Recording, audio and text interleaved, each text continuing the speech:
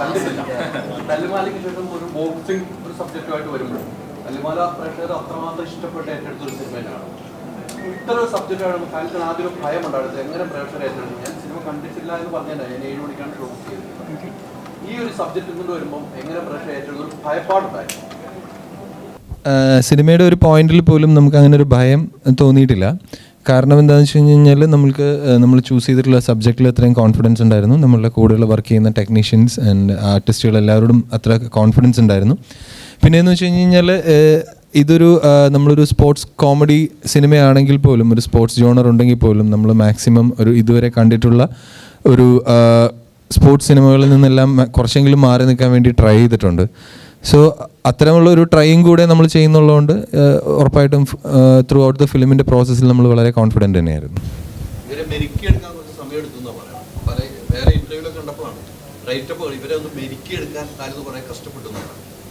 കഷ്ടപ്പാട് മെരുക്കിയെടുക്കുക എന്നുള്ളതല്ല, അവരെ ഈ പറയുന്ന തരത്തിൽ ഒരു സ്പോർട്സ് സിനിമ ആയതുകൊണ്ട് തന്നെ അത് ഡിമാൻഡ് ചെയ്യുന്ന അവരുടെ ഫിസിക്കിലേക്കും അവരുടെ ബോഡി ലാംഗ്വേജിലേക്കും അവരെത്തിക്കുക എന്ന് പറയുന്നത് ഉറപ്പായിട്ടും വേറൊരു മീഡിയത്തിൽ വർക്ക് ചെയ്തുകൊണ്ടിരിക്കുന്ന ആളുകളായതുകൊണ്ട് തന്നെ അവർക്ക് അതിലേക്ക് എത്താൻ കുറച്ച് സമയമെടുക്കും. ആ സമയം മാത്രമാണ് ഞങ്ങൾ എടുത്തിട്ടുള്ളൂ. എല്ലാവരും ഒരുവിധം പോപ്പപ്പ് ചെയ്ത് വളരെ പെട്ടെന്ന് തന്നെ അത് എത്തി. ഏകദേശം ഒരു 6 മാസം നമുക്ക് അതിന് വേണ്ടി സ്പെൻഡ് ചെയ്യേണ്ടി വന്നു. സിനിമയാണെങ്കിൽ തന്നെയും അത് ഐഡിയയിൽ വിശ്വസിച്ച് ഇറങ്ങുന്ന ഒരു കൂട്ടമാണല്ലോ. അപ്പോൾ ഈ പ്രീ വർക്ക് എന്ന് പറയാൻ നേരത്ത് ബേസിക്കലി 6 മന്ത് സ്റ്റാർസ് തന്നെ ഇതിൻ്റെ അകത്ത് ടൈം സ്പെൻഡ് ചെയ്യുക എന്ന് പറയുന്നത് ഇപ്പോൾ കലയ്ക്ക് സക്സസ്ഫുൾ ആയിട്ടുള്ള ഒരു ഡയറക്ടറാണ് എന്ന അർത്ഥത്തിൽ തന്നെ നോക്കിക്കഴിഞ്ഞാൽ തന്നെ ഇപ്പോൾ നെസ്ലിനെ പോലെ ഇപ്പം പീക്ക് നിൽക്കുന്ന ഒരാൾ അയാളുടെ 6 മാസം ഇൻവെസ്റ്റ് ചെയ്യുവാണല്ലോ. അപ്പം ബേസിക്കലി അതെങ്ങനെയായിരുന്നു നോക്കിക്കണ്ട ഒരു ഡയറക്ടർ? അത് ഭയങ്കര ഒരു ഉത്തരവാദിത്വം കൂടിയാണ്. ഉത്തരവാദിത്വം എന്നുള്ള നിലയിൽ അത് ഒരു ആർട്ടിസ്റ്റ് നമ്മളെ അങ്ങനെ വിശ്വസിക്കുമ്പോൾ ഒരു 6 മാസം സ്പെൻഡ് ചെയ്യാൻ വേണ്ടി അയാൾ റെഡി ആകുമ്പോൾ ഒരു ആർട്ടിസ്റ്റുകൾ മാത്രമല്ല, ഒരു കൂട്ടം ആളുകളുണ്ട് അങ്ങനെ നമുക്ക് വേണ്ടി ടൈം സ്പെൻഡ് ചെയ്തിട്ടുള്ളത്. അപ്പോൾ അത്രയും പേര് നമ്മൾ വിശ്വസിക്കുമ്പോൾ ഉറപ്പായിട്ടും നമ്മൾ റെസ്പോൺസിബിലിറ്റി കൂടും. അവർ അത്രയും ഒരു എനിക്ക് തോന്നുന്നു സിനിമ നമ്മൾ ചെയ്യാൻ ഉദ്ദേശിക്കുന്ന സിനിമ പ്രോപ്പറായിട്ട് എനിക്ക് അവരിലേക്ക് കമ്മ്യൂണിക്കേറ്റ് ചെയ്യാൻ സാധിച്ചതുകൊണ്ട് തന്നെയാണ് അവർക്ക് അത്രയും വിശ്വാസം സിനിമയോടും ബാക്കി കഥയോടും വന്നതും അവരതിനു വേണ്ടി ടൈം സ്പെൻഡ് ചെയ്യാൻ റെഡി ആയിട്ടുള്ളൂ.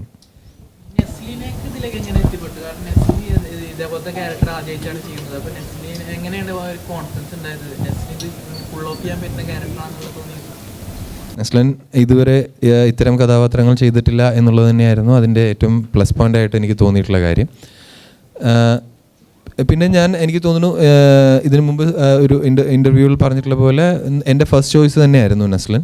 നമ്മൾ വേറെ ഒരു ആർട്ടിസ്റ്റുകളിലേക്കും അങ്ങനെ ഒരു ജോജോ എന്ന് പറയുന്ന ഒരു ക്യാരക്ടറിന് വേണ്ടി പിച്ച് ചെയ്തിട്ടില്ല. എന്തോ അദ്ദേഹം അത് ആദ്യമായിട്ട് കേട്ടു, ഓക്കെ പറഞ്ഞു, പിന്നെ എല്ലാം കൂളായിട്ട് പോയി.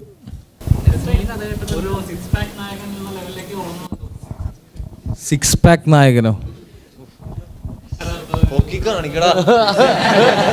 അല്ല, അത് ഒട്ടിച്ചിട്ടില്ല. അത് നമുക്ക് സ്ക്രീനിൽ കാണുമ്പോൾ ആ എഫേർട്ട് നമുക്ക് അറിയാൻ പറ്റുന്നുണ്ട്. അപ്പോൾ നമ്മൾ നേരത്തെ കണ്ടത് ഒരു നോർമൽ ക്രിഞ്ച് നായകൻ അല്ലെങ്കിൽ ഒരു റൊമാൻസ് മാത്രം ഹാൻഡിൽ ചെയ്തോണ്ടുന്ന നായകനായിരുന്നു. അതിൽ നിന്നൊക്കെ മാറി ഒരു ആക്ഷൻ ലെവലിലേക്ക് വളർന്നതായിട്ട് സ്ക്രീനിൽ കണ്ടപ്പോൾ നമ്മൾ ഫീൽ ചെയ്തായിരുന്നു. അല്ല, ഈ ബോഡി ട്രാൻസ്ഫോർമേഷൻ പറഞ്ഞല്ലോ, ഞാൻ മാത്രമല്ല ഈ ജേണിയിൽ ഇവരെല്ലാവരും തന്നെ ആ കട്ടയ്ക്ക് കൂടുന്നത് കൊണ്ടാണ് ആ സ്ക്രീനിൽ അതിൻ്റെ രസം കാണാൻ സാധിക്കുന്നത്. അപ്പോൾ ഇത്രയും അടിപൊളി ക്രൂവിൻ്റെ ഒപ്പം വർക്ക് ചെയ്യാൻ സാധിച്ചതാണ് എനിക്ക് തോന്നുന്നു ഭയങ്കര.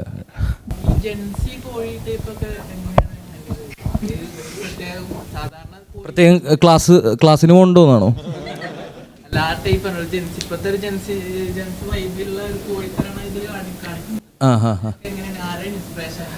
തീർച്ചയായിട്ടും റഹ്മാൻ ഖാ ഉണ്ട് അവിടെ, പിന്നെ നമ്മളുടെ ഡയലോഗ് റൈറ്റർ രതീഷ് ഏട്ടനുണ്ട്, പിന്നെ ഈ കൂട്ടത്തിൽ ആരാ അതിന്? അല്ല, ജിംഷിക ഒഴികെ പോരെ.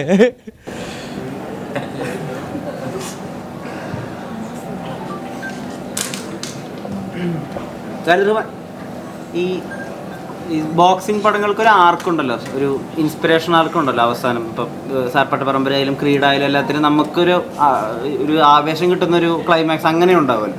അത് അങ്ങനത്തെ ഒരു ആർക്കേ അല്ലാതെ മാറ്റിപ്പിടിക്കാം. അതായത് ഒരു ടീനേജ് പിള്ളേർ സ്പോർട്സ് ചൂസ് ചെയ്യുന്നു ഒരു കാര്യത്തിന്, ആ ഒരു ഐഡിയ എവിടുന്നാണ് വന്നത്? ഫസ്റ്റ് ഓഫ് ഓൾ നമ്മൾ ഇതൊരു ബോക്സിംഗ് സിനിമ ചെയ്യാം എന്ന് പ്ലാൻ ചെയ്തിട്ട് നമ്മൾ ഇത് ചെയ്തതല്ല. എനിക്ക് ഇങ്ങനെ ഒരു ഐഡിയ അത് എൻ്റെയും എൻ്റെ സുഹൃത്തുക്കളുടെയും ചെറുപ്പത്തിലുണ്ടായിട്ടുള്ള കുറച്ച് ഇൻസിഡൻസിൽ നിന്ന് നമ്മൾ ഇൻസ്പയർ ചെയ്തിട്ടുള്ള ഒരു ഐഡിയ ആണ്. ആ ഐഡിയ ഇൻസ്പയർ ആയപ്പോഴാണ് എന്നാൽ പിന്നെ അത് ബോക്സിംഗ് സിനിമയാക്കാം, അത് ബോക്സിംഗ് തന്നെയായിരുന്നു, അതുകൊണ്ട് തന്നെ അത് ബോക്സിംഗ് സിനിമയായിട്ട് തന്നെ പ്ലാൻ ചെയ്ത്. ഒരിക്കലും നമ്മളതൊരു ഈ നേരത്തെ പറഞ്ഞ പോലെ ഒരു ഇതിന് മുമ്പുണ്ടായിട്ടുള്ള സിനിമകളുടെ ഒരു ഫോർമാറ്റിലും അത് എഴുതാനോ അല്ലെങ്കിൽ അതിനെ കൺസീവ് ചെയ്യാനോ ആലോചിച്ചിട്ടില്ല. എന്തായിരുന്നു അന്ന് ഞങ്ങൾ എക്സ്പീരിയൻസ് ചെയ്തിട്ടുണ്ടായിരുന്ന ആ ഒരു എക്സ്പീരിയൻസ് അതിൻ്റെ മാക്സിമം ഹോണസ്റ്റായിട്ട് അതേപോലെ തന്നെ ചെയ്യാനാണ് പ്ലാൻ ചെയ്തത്. അതുകൊണ്ടായിരിക്കാം അത്തരം സിറ്റുവേഷൻസും നിങ്ങൾ പറഞ്ഞ പോലെ അതുണ്ടാവാൻ. നോർമലി ഇങ്ങനെ ഒരു ചിത്രങ്ങൾ ഇറങ്ങുന്ന സമയത്ത് ഉണ്ടാകുന്നൊരു കാലിദർമാൻ പടം എന്ന് പറയുമ്പോൾ ഒരു ബ്രാൻഡാണ്, ആളുകൾ ഒരുപാട് എക്സ്പെക്ട് ചെയ്യും. തല്ലുമാലയൊക്കെ ഇറക്കി പുറത്താക്കി ഒരു ഹൈപ്പ് ഉണ്ട്. പക്ഷേ ഇതിൻ്റെ ഓരോ അപ്ഡേറ്റ്സ് വരുമ്പോഴും ആളുകൾ അത്രത്തോളം എക്സൈറ്റഡ് ആയിരുന്നു. അത് പ്രഷർ എപ്പോഴും ഉണ്ടായിരുന്നു ഇങ്ങനെ ഒരു വെയിറ്റ് ഉള്ളതുകൊണ്ട്. പ്രഷറായിട്ട് അങ്ങനെ ഉണ്ടായിരുന്നില്ല. കാരണം നമ്മൾ ആ സമയത്തെല്ലാം നമ്മൾ സിനിമയുടെ പ്രോസസ്സിലായിരുന്നല്ലോ. അപ്പോൾ ആ ചെയ്യുന്ന വർക്കിൽ നമ്മൾ ഫുൾ കോൺഫിഡൻ്റ് ആയിരുന്നു, നമ്മളത് എൻജോയ് ചെയ്തുകൊണ്ടിരിക്കുകയായിരുന്നു. അതുകൊണ്ട് തന്നെ എക്സ്റ്റേണൽ പ്രഷറുകളൊന്നും അങ്ങനെ എഫക്റ്റ് ആയിട്ടുള്ളതായിട്ട് എനിക്ക് തോന്നുന്നില്ല. ഈ ആലപ്പുഴ ജിങ്കാനൊക്കെ ഒരു എൻട്രി കൊടുക്കുന്നുണ്ടല്ലോ എല്ലാ കാൻഡിഡേറ്റും വരുമ്പോൾ, അത് ആദ്യം തന്നെ അതിനൊരു ഐഡിയ ഉണ്ടായിരുന്നു. ഈ സോങ് സെറ്റ് ചെയ്യാൻ ആ ലെവലിൽ വൈബ് ഉണ്ടായിരുന്നു. ഓരോരുത്തരും മനസ്സിലാക്കിയത് ബോക്സിനേക്ക് പങ്കെടുക്കാൻ വരുമ്പോൾ അത് ആദ്യം തന്നെ ഉണ്ടായിരുന്നു. ഉറപ്പായിട്ടും സ്ക്രീൻ പ്ലേയുടെ ബേസിലാണ് നമ്മളത് മൊത്തത്തിൽ ചെയ്തിട്ടുള്ളത്. സിനിമാറ്റോഗ്രാഫി എന്ന് പറയുന്നത് ഭയങ്കര ലിമിറ്റഡ് സ്പേസ് ഉണ്ടല്ലോ. ഇപ്പം റിക്കിന്റെ ഉള്ളിൽ നടക്കുന്ന പോർഷൻ ആണെങ്കിൽ ഷോർട്സ് ഒക്കെ ഭയങ്കര പ്ലാൻഡ് ആയിട്ട് അത് ഒരു റിഹേഴ്സലൊക്കെ ചെയ്ത് 1-2 തവണ ചെയ്ത് നോക്കിയിട്ട് ഷോർട്സ് ഫിക്സ് ചെയ്യുന്ന തരത്തിലേക്ക് അത്രയും എഫേർട്ട് എടുത്തിട്ട് ഓരോ ഷോർട്സും ചെയ്യുന്നുണ്ടോ? അതെങ്ങനെയായിരുന്നു അതിൻ്റെ ഒരു ഡിസൈനും കാര്യങ്ങളൊക്കെ? റിങ്ങിൻ്റെ അകത്തുള്ള ഷൂട്ടിലെന്ന് വെച്ച് കഴിഞ്ഞാൽ അത് basically action choreographer Mister Jophil, അദ്ദേഹം ഇവിടെ ഉണ്ട്. സർ കൈപൊക്കുകയാണെങ്കിൽ പ്ലീസ്. ഇദ്ദേഹമാണ് നമ്മളുടെ ബോക്സിംഗ് ആക്ഷൻ കൊറിയോഗ്രാഫി ഡിസൈൻ എല്ലാം ചെയ്തിട്ടുള്ളത്. ഇവരെല്ലാവരെയും ട്രെയിൻ ചെയ്തിട്ടുള്ളത് ജോഫിൽ തന്നെയാണ്. പിന്നെ സിനിമാറ്റോഗ്രാഫർ മിസ്റ്റർ ജിംഷി ഖാലിദ് ഇവിടെ ഉണ്ട്. ഇവർ രണ്ടുപേർക്കുമാണ് അതിൻ്റെ കംപ്ലീറ്റ് ക്രെഡിറ്റ്സ് പോകുന്നത്. പിന്നെ അത്രയും നമ്മൾ പ്ലാൻ ചെയ്തിട്ടുള്ള ഡിസൈൻ ചെയ്തിട്ടുള്ള കൊറിയോഗ്രാഫി കൃത്യമായിട്ട് അത് ഫോളോ ചെയ്ത് പ്രാക്ടീസ് ചെയ്ത് എക്സിക്യൂട്ട് ചെയ്ത് നമ്മളുടെ ആർട്ടിസ്റ്റുകൾ എന്ന് പറയുമ്പോൾ ഇവിടെ ഇരിക്കുന്ന നമ്മളുടെ മെയിനായിട്ടുള്ള ആർട്ടിസ്റ്റുകൾ മാത്രമല്ല, ഇവർക്ക് ഓപ്പോസിറ്റ് ഫൈറ്റ് ചെയ്തിട്ടുള്ള നമ്മളുടെ സുഹൃത്തുക്കളും നമ്മൾ കാസ്റ്റ് ചെയ്തിട്ടുള്ളതായിട്ടുള്ള ഒരുപാട് ആർട്ടിസ്റ്റുകളുണ്ട്. അവരെല്ലാവരും തന്നെ നമ്മളിലൂടെ വളരെയധികം കോപ്പറേറ്റ് ചെയ്തിട്ടുള്ളവരാണ്. അവരെല്ലാവരും ഇവരെക്കാൾ കൂടുതലായിട്ട് ബോക്സിംഗ് പ്രാക്ടീസ് ചെയ്യും, കുറച്ചെങ്കിലും പ്രൊഫഷണലായിട്ട് ബോക്സിങ്ങിനെ ഫോളോ ചെയ്യുന്നവരാണ്. അവരോടൊക്കെ ഒരുപാട് താങ്ക്ഫുള്ളാണ് ഈ സിറ്റുവേഷനിൽ. കാരണം അവരൊന്നും ഇല്ലാതെ നമുക്കിത് ഒരിക്കലും കംപ്ലീറ്റ് ചെയ്യാൻ പറ്റില്ല. ഈ പറഞ്ഞ ഓപ്പോസിറ്റ് നിൽക്കുന്നവർ സെലക്ഷൻ ചെയ്യുന്നതിന് ഒരു ടൈം ഉണ്ടായിരുന്നു. ഇപ്പോൾ പറഞ്ഞ ആർട്ടിസ്റ്റുകൾ അപ്പുറത്തേക്ക് അവരുടെ സിനിമ വിജയിക്കുള്ളൂ. അതെങ്ങനെയായിരുന്നു അവരൊരു സെലക്ഷനിലേക്ക് എങ്ങനെയാണ്? അവരെ സെലക്ട് ചെയ്യാൻ പറ്റിയത് എല്ലാം ഞാൻ പറഞ്ഞല്ലോ, നമ്മളുടെ ബോക്സിംഗ് സഹജമായിട്ടുള്ള എല്ലാ നമ്മളുടെ റിസോഴ്സുകൾ ഡെവലപ്പ് ചെയ്യുകയും എക്സ്പാൻഡ് ചെയ്യുകയും നമുക്കെല്ലാം കളക്റ്റീവായിട്ട് ചെയ്തത് എല്ലാം ജോഫിലാണ്. ഇപ്പോൾ ജോഫിലിൻ്റെ സുഹൃത്തുക്കളുടെയും ഗ്രൂപ്പിൽ നിന്ന് നമ്മൾ ചൂസ് ചെയ്തിട്ടുള്ള കേരളത്തിൻ്റെ ഡിഫറെൻറ്റ് ഏരിയകളിൽ നിന്നുള്ള ഫൈറ്റേഴ്സാണ് അവരെല്ലാവരും. അതിൽ യദു, സനു, വൈഷ്ണവ്, അക്ബർ, അവരെല്ലാവരും തന്നെ എനിക്ക് തോന്നുന്നു സ്റ്റേറ്റ് ലെവലിലും നാഷണൽ ലെവലിലും ഫൈറ്റ് ചെയ്യുന്ന ആളുകളാണ്. അത് കൂടാതെ അനഘയുടെ ഓപ്പോസിറ്റ് ഫൈറ്റ് ചെയ്തിട്ടുള്ള ക്രിസ്റ്റീന എന്ന് പറയുന്ന പെൺകുട്ടി, അവരിപ്പോൾ മെരികോം ഇൻസ്റ്റിറ്റ്യൂട്ടിൽ ബോക്സിംഗ് പ്രാക്ടീസ് ചെയ്യുകയാണ്. സോ ഇത്രയും നമുക്ക് എക്സ്പാൻഡ് ചെയ്യാൻ പറ്റി ബോക്സിംഗ് അറിയാവുന്ന ആളുകളുടെ ഇൻവോൾവ്മെൻറ്റ്.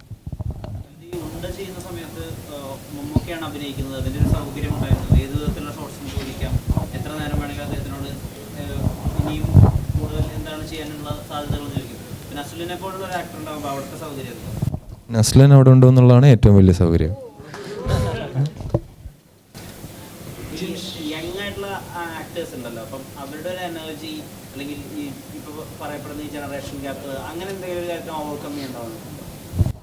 ഇല്ല, നിങ്ങൾ ഈ പറഞ്ഞതെല്ലാം ഈ സിനിമയ്ക്ക് ഉണ്ടായിട്ടുള്ള പ്ലസ് പോയിന്റ്സ് ആണ്. യങ്സ്റ്റേഴ്സാണ്, അവരുടെ എനർജി, അവരുടെ ടൈം എല്ലാം ഈ സിനിമയ്ക്കും എനിക്കും കിട്ടിയ പ്ലസ് പോയിന്റ്സ് ആണ്.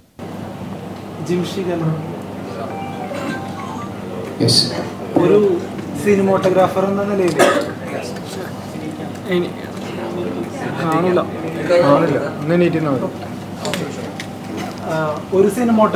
നിലയിൽ ആലപ്പുഴ ജിംഖാന പോലെ ഇത്രയും ആളുകളുള്ള സിനിമ, ഇപ്പൊ ഈ സിനിമയുടെ ഒരു പ്രത്യേകത, നസ്ലിനൊരു നായക സ്ഥാനത്തുണ്ടെങ്കിൽ തന്നെ എല്ലാവർക്കും ഒന്നിനൊന്ന് മികച്ച റോളുകളാണ് റൈറ്റ് ചെയ്ത് കൊടുത്തിരിക്കുന്നത്. അതുകൊണ്ട് തന്നെ ഇത്രയും പേരുള്ള സിനിമ, ഇത്രയും നല്ല റോളുകളുള്ള ആളുകളുള്ള സിനിമ, ക്രൗഡുള്ള സിനിമയൊക്കെ ഒരു സിനിമോട്ടോഗ്രാഫർ എന്ന നിലയിൽ ഷൂട്ട് ചെയ്യുമ്പോൾ എത്രത്തോളം ചലഞ്ചിങ് ആണ്? അതായത് ചോദ്യം, ഇപ്പോൾ ഒരു സീനിനകത്ത് ഈക്വൽ ഇമ്പോർട്ടൻസ് ഉള്ള മൾട്ടിപ്പിൾ ആക്ടേഴ്സ്, അതായത് 5ഉം 6ഉം അല്ലെങ്കിൽ അതിൽ കൂടുതൽ ആക്ടേഴ്സ്, ഈക്വലി ഡയലോഗ് എക്സ്ചേഞ്ച് ഉള്ള ആക്ടേഴ്സ് തമ്മിൽ നിന്ന് പെർഫോം ചെയ്യുമ്പോൾ എങ്ങനെ നമ്മളത് കമ്പോസ് ചെയ്യും? 1-2 പേര് വർത്തമാനം പറയുന്നത് പോലെ അല്ലല്ലോ എന്നുള്ളതായിരുന്നു. യെസ്, അത് ഒരു നല്ല ചോദ്യം തന്നെയാണ്. ഈ പടം തുടങ്ങിയ സമയത്ത് ഞാനും റഹ്മാൻ അത് ഡിസ്കസ് ചെയ്തിട്ടുണ്ട്. വൺസ് നമ്മൾ ഒരു ലൊക്കേഷനിൽ തന്നെ ഇൻറ്റീരിയർ, എസ്പെഷ്യലി ഇൻറ്റീരിയർ, എനിക്ക് തോന്നുന്നു ജിമ്മാണെന്ന് തോന്നുന്നു, നമ്മളൊരു സീൻ വർക്ക് ചെയ്യുന്ന സമയത്ത് ഞാൻ ഇങ്ങനെ പറഞ്ഞു, റഹ്മാൻ, ഇറ്റ്സ് ലൈക്ക് എല്ലാവരും ഈക്വലി ഡയലോഗ് എക്സ്ചേഞ്ച് നടത്തുവാണ്. പിന്നെ ഒരു സീൻ ഷൂട്ട് ചെയ്യുമ്പോൾ അല്ലെങ്കിൽ നമ്മൾ ഷൂട്ട് ചെയ്യാൻ ഉള്ള പ്രിപ്പറേഷൻ നടത്തുമ്പോൾ പോലും നമുക്കൊരു ആ സീൻ എത്ര മിനിറ്റ് വരെ പോവാം എന്നുള്ളൊരു കാൽക്കുലേഷൻ ഉണ്ടായിരിക്കണം. ഇപ്പോൾ ഒരു മിനിറ്റ് സീനാണെങ്കിൽ നമ്മളത് ഷൂട്ട് തീരുമ്പോഴും നമ്മളത് 1 മിനിറ്റിലേക്കുള്ള കണ്ടന്റ് ആക്കി നിർത്താൻ തന്നെ ശ്രമിക്കണം. അപ്പോൾ ഇത്രയും പേരുള്ളപ്പോൾ we have to exchange like load of shots. എല്ലാവരുടെയും ഷോട്ട്സ് അങ്ങോട്ടും ഇങ്ങോട്ടും പലരുടെയും സജഷൻസിൽ വൈഡും 3/4 ഷോട്ടുകളും ഇൻഡിപെൻഡൻറ്റ് ഷോട്ടുകളും ക്ലോസപ്പുകളും ഒക്കെ ആയിട്ട് വർക്ക് ചെയ്യേണ്ടി വരും. അത് ഇനിഷ്യലി ഒരു ബുദ്ധിമുട്ടായിട്ട് തോന്നിയിരുന്നു. Initially in the sense second ഷെഡ്യൂളിലാണ് ആ ബുദ്ധിമുട്ടുണ്ടായിരുന്നത്. കാര്യം എന്ന് വെച്ച് കഴിഞ്ഞാൽ ഫസ്റ്റ് ഷെഡ്യൂളിൽ നമ്മൾ ആക്ഷൻ സീക്വൻസ് ആണ് ഷൂട്ട് ചെയ്തത്. മോർ ടോക്കി സീൻസും ഇവരുടെ കോമ്പിനേഷൻസൊക്കെ ഇരുന്ന് സംസാരിക്കുന്ന സീൻസ് നമ്മൾ ചെറിയ ലൊക്കേഷൻസിലൊക്കെ വർക്ക് ചെയ്യേണ്ടി വന്നിട്ടുള്ളത് എസ്പെഷ്യലി ഫസ്റ്റ് ഹാഫിലാണ്. ബട്ട് ഗ്രാജ്വലി നമ്മളത് ട്വീക്ക് ചെയ്തു എന്ന് വേണം പറയാൻ. ഗ്രാജ്വലി നമ്മളത് ട്വീക്ക് ചെയ്തു. നമ്മളെല്ലാ ആർട്ടിസ്റ്റിനെയും വിളിച്ചിട്ട് തന്നെ നമ്മൾ ഒരു സീൻ പ്രിപ്പയർ ചെയ്യുമ്പോഴേക്കും ഇന്ന ആൾ ഇവിടെ ഇരിക്കൂ അല്ലെങ്കിൽ ഇന്ന ആൾ അവിടെ നിന്നാൽ മതി എന്ന് പറയുന്ന പോലെയല്ല. നമ്മൾ എല്ലാ ആക്ടേഴ്സിനെ വെച്ചിട്ട് ആ സ്പോട്ടിൽ സ്ക്രീൻ ഡിസ്കസ് ചെയ്യുന്ന സമയത്ത് പോലും ഐ മീൻ അവർക്കൊരു ലിബർട്ടി നമ്മൾ കൊടുക്കാൻ ശ്രമിക്കുമായിരുന്നു. എടാ ഇതിപ്പോൾ നിങ്ങൾ എവിടെ ഇരിക്കുക, ഞാൻ ഇങ്ങനെ ഇരുന്നോളാം അല്ലെങ്കിൽ ഞാൻ ഇവിടെ ഇരുന്നോളാം എന്ന് പറയുന്നൊരു പ്ലേസ്മെൻറ്റിൽ നമ്മളത് ട്വീക്ക് ചെയ്തെടുത്തു എന്ന് വേണം പറയാൻ. താങ്ക് യു, ഗുഡ് ക്വസ്റ്റ്യൻ മാൻ. പിന്നെ ഇതിൻ്റെ കളർ കോമ്പിനേഷൻ ഡിഫറെൻ്റ് ആയിട്ടുള്ള കളേഴ്സ് വരുന്നുണ്ട്. പിന്നെ ഈ ടൈറ്റിൽസിലൊക്കെ തന്നെയാണെങ്കിലും ടാരന്റീനോൻ്റെ ഒക്കെ പോലത്തെ ടൈറ്റിൽസിൻ്റെ ഒക്കെ ഒരു പ്രഭാവം ഇങ്ങനെ കാണുന്നുണ്ട്. അപ്പോൾ ഇതൊക്കെ ഇൻറ്റൻഷനിൽ നിങ്ങൾ ഡയറക്ടറായിട്ട് ഡിസ്കസ് ചെയ്തൊക്കെ ചെയ്യുന്ന ഡയറക്ടറിൻ്റെ മൈൻഡിലുണ്ടായിരുന്നു? അതാണ് ടൈറ്റിൽ. അല്ല, ബേസിക്കലി ടൈറ്റിലിനെ കുറിച്ച് എനിക്ക് കൂടുതൽ എക്സ്പ്ലെയിൻ ചെയ്യാൻ പറ്റില്ല. കാര്യം എന്ന് വെച്ച് കഴിഞ്ഞാൽ അതിൻ്റെ ഡിസിഷനൊക്കെ ഒരുപാട് കഴിഞ്ഞിട്ട് വന്ന കേസാണ്. എന്ന് വെച്ച് കഴിഞ്ഞാൽ ഷൂട്ടൊക്കെ കഴിഞ്ഞതിന് ശേഷം once it comes to the palette and the colour tone നമ്മളത് ഡിസ്കസ് ചെയ്തിട്ടുണ്ട്. എന്നാലും ഇപ്പം നിങ്ങൾ കാണുന്ന ഔട്ട്പുട്ട് എന്താണോ അത്രയും ക്ലിനിക്കലായിട്ട് നമ്മളതിൻ്റെ ഡിസ്കഷൻസ് ഒന്നും നടന്നിട്ടില്ല. ബട്ട് യെസ്, പാലറ്റിനെ കുറിച്ചൊക്കെ ഒബ്വിയസ്ലി നേരത്തെ തന്നെ ചർച്ച ചെയ്തിട്ടുണ്ട്. സോറി, ജിംഖാനയിൽ എസ്പെഷ്യലി ഞാനൊരു ഇപ്പോൾ ഇവിടെ നിൽക്കുന്ന ഫോട്ടോഗ്രാഫേഴ്സിനൊക്കെ മനസ്സിലാവും, ഞാൻ ഇപ്പോൾ പ്രോബബ്ലി ഒരു ട്രൈപോഡ് പോലും യൂസ് ചെയ്തിട്ടില്ല. ടെക്നിക്കാലിറ്റി അറിയുന്നവർക്ക് വേണ്ടി ഞാൻ പറയാം, ഞാനൊരു റോപ്പ്, ഒരു റബ്ബർ റോപ്പ് ടോപ്പിൽ നിന്ന് റിങ്ങിൻ്റെ നടുക്ക് ടോപ്പിൽ നിന്ന് ഒരു റബ്ബർ റോപ്പ് ഇറക്കിയിട്ട് അതിലൊരു ഫിഗ്രിക്കിനകത്ത് ബ്രെയിനും ലെൻസും മാത്രം വെച്ചിട്ടാണ് വർക്ക് ചെയ്തിട്ടുള്ളത്. അതിൻ്റെ അകത്ത് സാധാരണ നമ്മൾ മൂവി ക്യാമറയിൽ സൗണ്ടിൻ്റെ അതിൻ്റെ ചെറിയ കോമ്പണൻസ് ഉണ്ടാവും. പിന്നെ അതുപോലെ ചെറിയ ചെറിയ കോമ്പണൻസ് ഒക്കെ ഇങ്ങനെ ഫിക്സ് ചെയ്ത് വരുമ്പോൾ അതിൻ്റെ വെയിറ്റ് കൂടും, അതിൻ്റെ വോളിയം കൂടും. അതൊക്കെ മാക്സിമം ചെറുതാക്കാൻ വേണ്ടിയിട്ട് just the brain and the camera. പിന്നെ ഞാൻ അതിൻ്റെ ഫ്രണ്ടിൽ ഒരുപാട് ഫിൽറ്റേഴ്സൊക്കെ ഇട്ട് ഷൂട്ട് ചെയ്യാൻ ഇഷ്ടപ്പെടുന്ന ഒരാളാണ്. അപ്പോൾ അതൊക്കെ സാക്രിഫൈസ് ചെയ്യേണ്ടി വന്നു. ബട്ട് യാ, ക്വസ്റ്റ്യന് ഞാനത് ഒന്നും ചെയ്തിട്ടില്ലടാ, ഹാൻഡിൽഡായിരുന്നു മൊത്തം.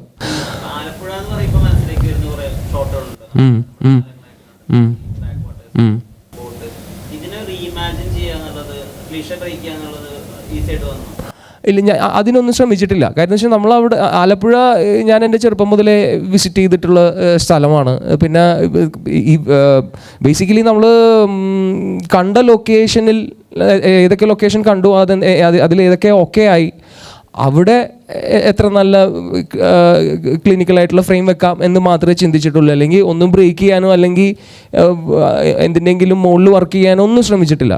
It's very down to earth ആയിട്ടാണ് പടം വർക്ക് ചെയ്യാൻ ശ്രമിച്ചിട്ടുള്ളത്. അതുകൊണ്ട് തന്നെ നിങ്ങൾക്ക് അങ്ങനെ ഫാൻസി ആയിട്ടൊന്നും അതിൽ കാണാനും പറ്റില്ല. ഇറ്റ്സ് വെരി കണ്ടംപററി ആണ് ഇപ്പോഴും സിനിമ. ഫസ്റ്റ് ഹാഫൊക്കെ അല്ലേ വളരെ ലൈറ്റ്, അനുരാഗരിക്കിൻ വെള്ളത്തിനേക്കാൾ ലൈറ്റാണ് ഫസ്റ്റ് ഹാഫ്. ആലോചിച്ച് നോക്കി കഴിഞ്ഞ് കഴിഞ്ഞാൽ അവർക്ക് അത്രയും കോൺഫ്ലിക്ട്സ് ഒക്കെ ഉള്ളൂ. പ്ലസ് 2 പഠിക്കുന്ന പിള്ളേരല്ലേ, അവർക്ക് വേറെ പ്രശ്നങ്ങളൊന്നുമില്ല. Thank you. ചേട്ടാ, ഈ സിനിമയിൽ ഒരു ഡയറക്ടർ മാത്രമല്ല, ഒരു നിർമ്മാണ പങ്കാളിയും കൂടിയാണ്. അപ്പോൾ ഒരു 6 മാസത്തെ പ്രോസസ്സ് വേണ്ടി വന്നു എന്ന് പറഞ്ഞു. ഇപ്പോൾ ഒരു ലവർ ബോയ് ആയിട്ടൊക്കെ നല്ല കോമഡിയൊക്കെ കളിച്ച് നടന്നിരുന്ന നസ്ലനെയാണ് ഒരു ആക്ഷൻ മൂഡുള്ള തലത്തിലേക്ക് കൂടി കൊണ്ടുവരാനായിട്ട് ശ്രമിച്ചത്. അപ്പോൾ പ്രോത്സാഹനത്തിനോടൊപ്പം തന്നെ ഒരുപാട് ശാസിച്ചിട്ടുണ്ടാവില്ലേ? മീൻസ് ഒരുപാട് കാര്യങ്ങൾ എന്തെങ്കിലും മിസ്റ്റേക്ക് വരുമ്പോഴൊക്കെ ഗൗരവം കാണിക്കാറുണ്ടോ? നസ്ലനെ എങ്ങനെ മാനേജ് ചെയ്തു? അല്ലെങ്കിൽ ഈസി ആയിരുന്നോ? എല്ലാം ഓക്കെ എന്നായിരുന്നു? ഇല്ല, അങ്ങനെ മാനേജ് ചെയ്യാൻ ബുദ്ധിമുട്ടൊന്നും ഉണ്ടായില്ല. അങ്ങനെ മാനേജ് ചെയ്യാൻ പറ്റാത്ത സാഹചര്യങ്ങൾ വരുമ്പോൾ ഞങ്ങളൊരു 30 seconds 1 minute എക്സ്ട്രാ സ്പാർ ചെയ്യും. സ്പാർ ചെയ്യുക എന്ന് പറഞ്ഞു കഴിഞ്ഞാൽ ബോക്സേഴ്സ് തമ്മിൽ പരസ്പരം ഇടിച്ച് പ്രാക്ടീസ് ചെയ്യുന്നതിനെയാണ് സ്പാറിംഗ് എന്ന് പറയുന്നത്. അപ്പോൾ അത് ആ ഒരു സെഷൻ കഴിയുമ്പോഴേക്കും ബാക്കിയെല്ലാം ശരിയാവും. അല്ല, അവൻ നസ്ലന് വേറെ ഇടി കൊണ്ടിട്ടുണ്ടോ? എല്ലാം ക്യാമറ ട്രിക്ക് അല്ലേ, കൊണ്ടേക്കുന്ന ഇടിയല്ല. നസ്ലനോടൊരു ചോദ്യം. ഇപ്പോൾ ആരാധകരുടെ ഭാഷയിൽ പറഞ്ഞു കഴിഞ്ഞാൽ ഇന്ന് 4 സിനിമകൾ റിലീസ് ഉണ്ടായിരുന്നു. ക്ലാഷ് റിലീസ് എന്നൊക്കെ പറയും. അപ്പോൾ മമ്മൂക്കയുടെ ബസൂക്കയുണ്ട്. അപ്പോൾ നസ്ലൻ്റെ ആലപ്പുഴ ജിംഖാനയാണ് ഏറ്റവും പ്രമുഖ ചിത്രങ്ങളിൽ ഒന്ന്. പിന്നെ മമ്മൂക്കയുടെ ബസൂക്ക. അപ്പോൾ ശരിക്കും പറഞ്ഞു കഴിഞ്ഞാൽ മമ്മൂക്കയുടെ ബസൂക്കയായിട്ടാണ് ക്ലാഷ് റിലീസ്. പക്ഷേ സിനിമ ഇൻഡസ്ട്രി എന്നുള്ള നില നോക്കുമ്പോൾ സൗഹാർദ്ദപരമായിട്ട് നമുക്ക് അതിനെ കാണാം. പക്ഷേ ഏതൊരു വ്യക്തിയുടെയും സ്വപ്നമാണല്ലോ മമ്മൂക്ക, ഒരു നടൻ, വളർന്നൊരു നടൻ. അപ്പോൾ നസ്രൻ ആദ്യമായിട്ടാണെന്ന് തോന്നുന്നു മമ്മൂക്കയുടെ ഇപ്പോൾ ഒരു റിലീസ് വരുന്നത് നസ്രൻ്റെ കരിയറിൽ. അപ്പോൾ ഈ ഒരു ക്ലാഷ് റിലീസിനെ എങ്ങനെ നോക്കിക്കാണുന്നു എന്നുള്ളതാണ്. അതിനെപ്പറ്റിയൊന്നും കൂടുതൽ ചിന്തിച്ചില്ല. ഒന്നാമത്തെ സമയം കിട്ടിയില്ല ഇതിൻ്റെ പ്രൊമോഷനും കാര്യങ്ങളൊക്കെ ആയിട്ട്. പിന്നെ ഞാൻ തീർച്ചയായിട്ടും ഈ ബാക്കിയുള്ള സിനിമകൾ കാണാൻ വേണ്ടി വെയിറ്റ് ചെയ്തിരിക്കുന്ന ഒരാൾ തന്നെയാണ് ഞാൻ. ഇപ്പോൾ ഇതിൻ്റെ തിരക്കിൽ നിന്ന് ഒഴിഞ്ഞിട്ട് വേണം ബസൂക്ക ആണെങ്കിലും മരണമാസമാണെങ്കിലും മറ്റുള്ള സിനിമകളാണെങ്കിലും കാണാൻ വേണ്ടിയിട്ട്. ഭയങ്കര സന്തോഷമുണ്ട്. അപ്പോൾ ഇതിപ്പോൾ ഇങ്ങനെ പറയുമ്പോൾ തന്നെ, അല്ലെങ്കിൽ അതങ്ങനെ ആളുകൾ സംസാരിക്കുന്നുണ്ട് എന്നൊക്കെ അറിയുമ്പോൾ തന്നെ ഒത്തിരി സന്തോഷമുണ്ട്.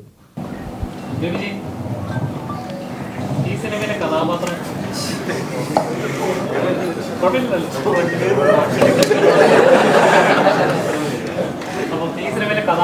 തങ്ങളുടെ കഥാപാത്രം ഒരു പ്രത്യേക സ്വാഗ് ഉണ്ട്, ഒരു ആറ്റിറ്റ്യൂഡ് ഉണ്ട്.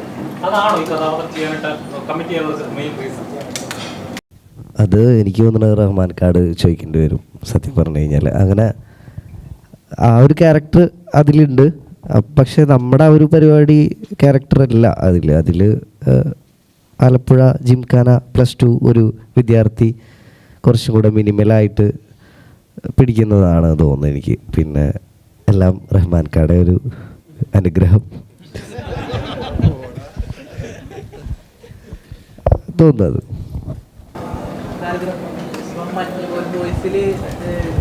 ചേട്ടനായിട്ട് തകർത്താടിയതാണ്. അപ്പോൾ ഇതിലേക്ക് വരുമ്പോൾ ഇതിലേക്ക് ഒരു അവസരം നോക്കി സ്വന്തം സിനിമയില പിന്നെ ഇല്ല, ഞാൻ അങ്ങനെ ട്രൈ ചെയ്തില്ല. കാരണം ഒരുപാട് ജോലികൾ വേറെ സൈഡിലുള്ള ഉണ്ടായിരുന്നതുകൊണ്ടും ചെയ്യാൻ അറിയാവുന്നവർ പടത്തിൽ അഭിനയിക്കുന്നുള്ളതുകൊണ്ടും ചെയ്തില്ല.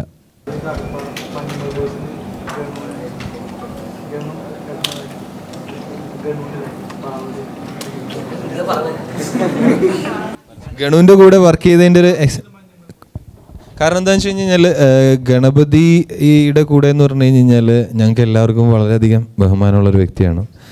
കാരണം ഞങ്ങളുടെ കൂട്ടത്തിൽ ഈ ഇരിക്കുന്ന മറ്റാരെക്കാളും എനിക്ക് തോന്നുന്നു ഞങ്ങളുടെ എക്സ്പീരിയൻസ് കൂടുതലുള്ള പലരുടെയും പ്രായത്തിനേക്കാൾ വലുതാണ് ഗണപതിയുടെ എക്സ്പീരിയൻസ്. അപ്പോൾ അതുകൊണ്ട് തന്നെ അദ്ദേഹം കൂടെ വർക്ക് ചെയ്യുന്നു, അദ്ദേഹത്തിൻ്റെ കൂടെ വർക്ക് ചെയ്യാൻ പറ്റുക എന്ന് പറയുന്നത് വളരെ അധികം ഞങ്ങൾ എൻജോയ് ചെയ്തിട്ടുള്ളൊരു പ്രോസസ്സാണ്. കാരണം അത്ര എക്സ്പീരിയൻസ് ഉള്ള ഒരാൾ ഈ പിള്ളേരുടെ കൂടെ അത്ര സെയിം എഫേർട്ട് ഇട്ട് വർക്ക് ചെയ്യുക എന്ന് പറയുന്നത് വലിയൊരു കാര്യമല്ലേ. അപ്പോൾ വി ആർ സോ ഗ്രേറ്റ്ഫുൾ. പക്ഷേ കേണോ ലുക്മാൻ ഉൾപ്പെടെ പറഞ്ഞിരുന്ന കാര്യമുണ്ട്. അതായത് കഥ മുഴുവനായിട്ട് ഇവർക്ക് പറഞ്ഞു കൊടുക്കില്ല. അതായത് അന്നൊക്കെ അറിയാം, അന്ന് ഷോട്ടിന് മുമ്പേ അറിയിക്കാറുള്ളൂ എന്താ ഷൂട്ടിങ് ആ പ്രോസസ്സിലുള്ള കാര്യം എന്താ? അതിൽ പ്രത്യേകിച്ച് കാര്യമൊന്നുമില്ല. പ്രത്യേകിച്ച് എന്താണെന്ന് വെച്ച് കഴിഞ്ഞാൽ അത് വലിയ ടെക്നിക്കായിട്ടൊന്നും എനിക്ക് തോന്നിയില്ല. ഇവർ വന്ന് ചോദിക്കുന്ന സമയത്ത് അടുത്ത സീനിനെ കുറിച്ച് എന്തെങ്കിലും ആലോചിച്ചുകൊണ്ടിരിക്കുകയായിരിക്കും. എനിക്കും അറിയാൻ പറ്റില്ല ഇതെന്താണെന്ന് അടുത്ത്. അപ്പോൾ ആലോചനകൾ നടക്കേണ്ടാവുള്ളൂ. അപ്പോൾ അറിയില്ല, പറയാൻ പറ്റില്ല എന്നൊക്കെ പറഞ്ഞോളേ. നമ്മളൊരു ജാടയ്ക്ക് അറിയില്ല എന്ന് പറഞ്ഞാൽ നമുക്കൊരു കോൺഫിഡൻസിനെ ബാധിക്കുമല്ലോ. അതുകൊണ്ട് പറയാൻ പറ്റില്ല എന്ന് പറയും. സെക്കൻഡ് പാർട്ടിൻ്റെ ഇല്ല, നമ്മൾ ഇതുവരെ ഒരു സെക്കൻഡ് പാർട്ടിനെ കുറിച്ച് ചിന്തിച്ചിട്ടില്ല നിലവിൽ.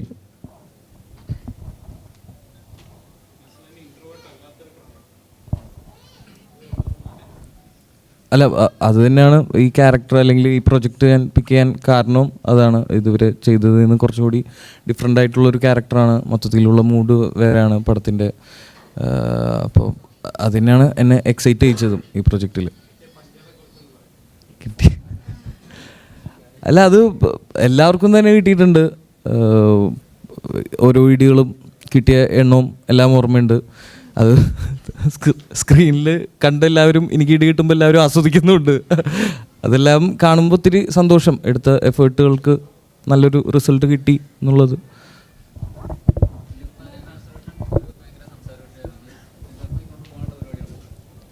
അതൊക്കെ പോയി പൊട്ടിച്ചായിരുന്നു. അല്ല, അത് എന്താണെന്ന് വെച്ചാൽ അത് 6 മാസത്തോളം ഞങ്ങൾ വർക്കൗട്ട് ചെയ്തിട്ടുണ്ട്. അലി ഷിഫാസ് എന്ന് പറഞ്ഞ ട്രെയിനറായിരുന്നു ഞങ്ങളെ വർക്ക് ചെയ്യിപ്പിച്ചിരുന്നത്. അപ്പോൾ അതിൻ്റെ അവരൊക്കെ അങ്ങനെ അത്രയും പ്രഷർ വന്നുകൊണ്ട് വേറെ വഴി ഉണ്ടായില്ല. അങ്ങനെയായിരുന്നു.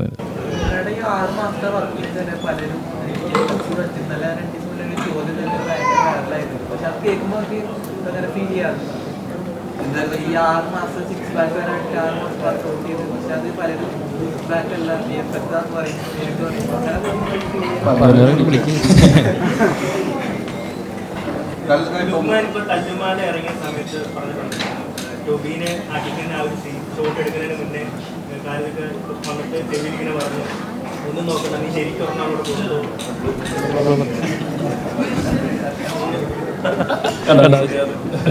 അപ്പൊ ഇതേപോലെ ചെവിയിൽ ഒന്നും നോക്കണ്ട, ശരിക്കും പറഞ്ഞാൽ കൊടുക്കാമെന്ന് ചെവിയിൽ വന്ന് പറഞ്ഞു. ഇതില് അതേപോലെ എന്തെങ്കിലും ഈ പറഞ്ഞ പോലെ ശരിക്കും കൊടുക്കാനൊരു അവസരം കിട്ടിയത്? ഇല്ല, ഇതിലങ്ങനെ ശരിക്കും ഒരു തവണ ഉണ്ടായിട്ട് തോന്നുന്നുണ്ടല്ലേ. അല്ല, അങ്ങനെ എന്താണെന്ന് വെച്ചാൽ ഇതൊക്കെ ശരിക്കും കൊടുക്കുന്ന പറഞ്ഞാൽ അത് ചിലപ്പോൾ ആ ഷോട്ടിന് അത്രയും അങ്ങനെ ആ ടച്ച് അങ്ങനെ തോന്നണം, അങ്ങനത്തെ ഷോട്ടായിരിക്കും. അപ്പോൾ അത് ഡിമാൻഡ് ചെയ്യുന്നതുകൊണ്ടാണ് അതങ്ങനെ. അല്ലാതെ നമ്മൾ ഇപ്പോൾ ഒരു ഫൈറ്റ് സീക്വൻസിൽ എല്ലാം കൊടുത്തുകൊണ്ട് ഇത് സിനിമയാണല്ലോ, എല്ലാം ടച്ച് ചെയ്ത് നമുക്ക് ചെയ്യാൻ പറ്റില്ലല്ലോ, ഇത് കഴിഞ്ഞിട്ട് ജീവിക്കണ്ടേ. അപ്പോൾ അതുകൊണ്ട് തന്നെ അത് അങ്ങനത്തെ 1-2 ഷോട്ടുകളിൽ ചിലപ്പോൾ സംഭവിക്കാം. അപ്പോൾ ഇതിലും അങ്ങനെ ഒരു ഷോട്ടിൽ ഉണ്ടായിട്ടുണ്ട് അല്ലേ, അത് ഓർമ്മയില് ഉണ്ടായിട്ടുണ്ട്. നിർമ്മാതാവാണ്, സംവിധായകനാണ്. ഇപ്പോൾ സിനിമാ മേഖലയിൽ നമുക്ക് കഴിഞ്ഞ കുറേ ദിവസമായി സിനിമയുടെ റിലീസ് കഴിയുമ്പോൾ തിയേറ്റർ ഓടിക്കൊണ്ടിരിക്കുമ്പോൾ സിനിമയുടെ ബജറ്റ് പുറത്തു വിടുക, അതിന് എത്ര രൂപയാണ് നടക്കുന്നത്, എത്ര രൂപയാണ് തിയേറ്ററിൽ കിട്ടുന്നത്. അങ്ങനെ വിടുന്ന സമയത്ത് പല സിനിമകൾ നിന്ന് പോകുന്നൊരു ഘട്ടം വരുന്നത്. അതുമായി ബന്ധപ്പെട്ട് ചാക്കോച്ചൻ ഒരു തുറന്നെഴുത്ത് മനോരമ പത്രത്തിൽ എഴുതിയത്, തൻ്റെ സിനിമ ഇത്രയും കോടി കളക്ട് ചെയ്ത് എങ്ങനെയാണ് ഈ സിനിമയ്ക്ക് ഇത്രയും കളക്ട് ചെയ്തത്, ആലപ്പുഴ ജില്ലാറിൽ ഓടിക്കൊണ്ടിരിക്കുകയാണ്. ഇതിൻ്റെ ഇറക്കാനുള്ള സാധ്യത നമ്മൾ കാണും.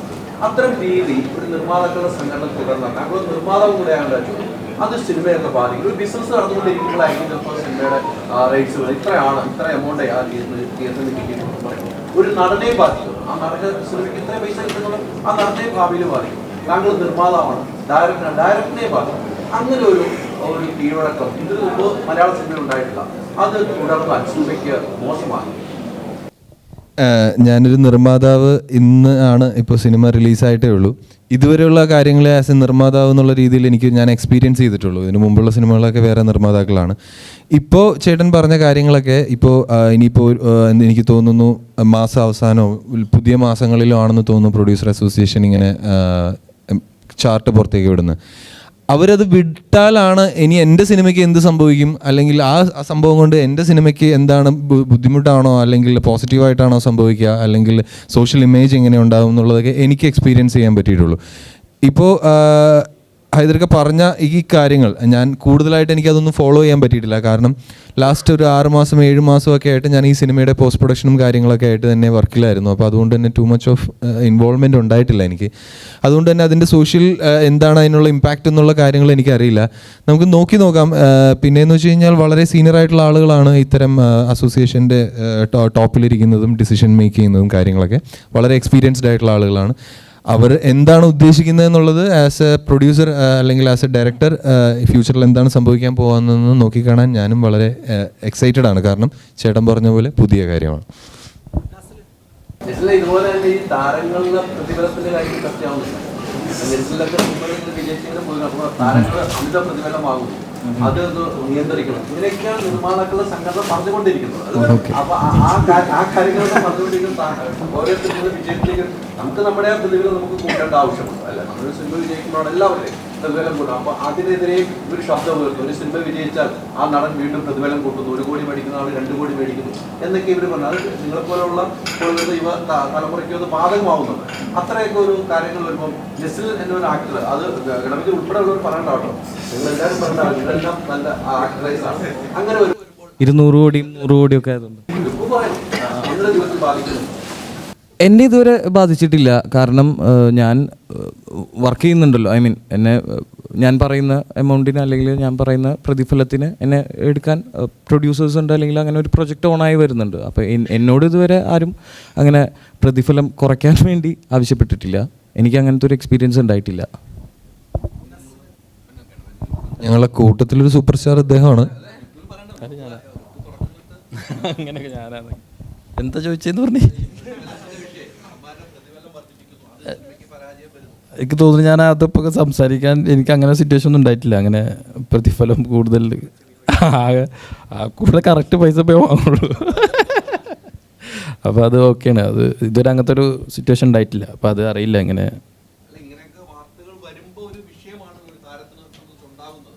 വാർത്തകൾ ഞാൻ കാണുന്നുണ്ട്, പക്ഷെ അത് എനിക്ക് പേഴ്സണലി എനിക്കറിയില്ല. അത് നമുക്ക് അറിയുമ്പോഴല്ല അതിൻ്റെ അത്തരം സ്റ്റാർസൊക്കെ അത് വാങ്ങുമ്പോഴായിരിക്കും അറിയില്ല. ഇനി അങ്ങനെ ആകുമ്പോൾ ഞാൻ നോക്കാം, അപ്പം ഞാൻ ഇതിന് ആൻസർ പറയാം. ചോദിച്ച പ്രതിഫലം കിട്ടിയാലല്ലേ ഇതൊക്കെ പരാതിപ്പെടേണ്ട കാര്യമുള്ളൂ. ഇല്ലല്ല, എനിക്ക് അങ്ങനത്തെ പരാതികളോ അങ്ങനത്തെ പ്രശ്നം വരുന്നില്ല. നമ്മളിപ്പോൾ എനിക്കറിയില്ല, ആ അത്തരം മേഖലയിലേക്കൊന്നും നമ്മൾ എത്തിയിട്ടില്ല. അപ്പോൾ നമുക്ക് ഹാപ്പിയാണ്. ഇപ്പം ഉണ്ടാകുന്ന പരിപാടികളിലൂടെ നമുക്ക് അത്യാവശ്യം ചോദിക്കുന്ന പരിപാടികളൊക്കെ കിട്ടുന്നുണ്ട്. ഹാപ്പിയാണ്. നമ്മൾ വർക്ക് ചെയ്യുന്ന ആൾക്കാരോട് ഹാപ്പിയാണ്. അതിൽ കൂടുതലൊന്നും സംസാരിക്കാൻ എനിക്ക് ഇതിൽ ആളല്ല, അതുകൊണ്ടാണ്.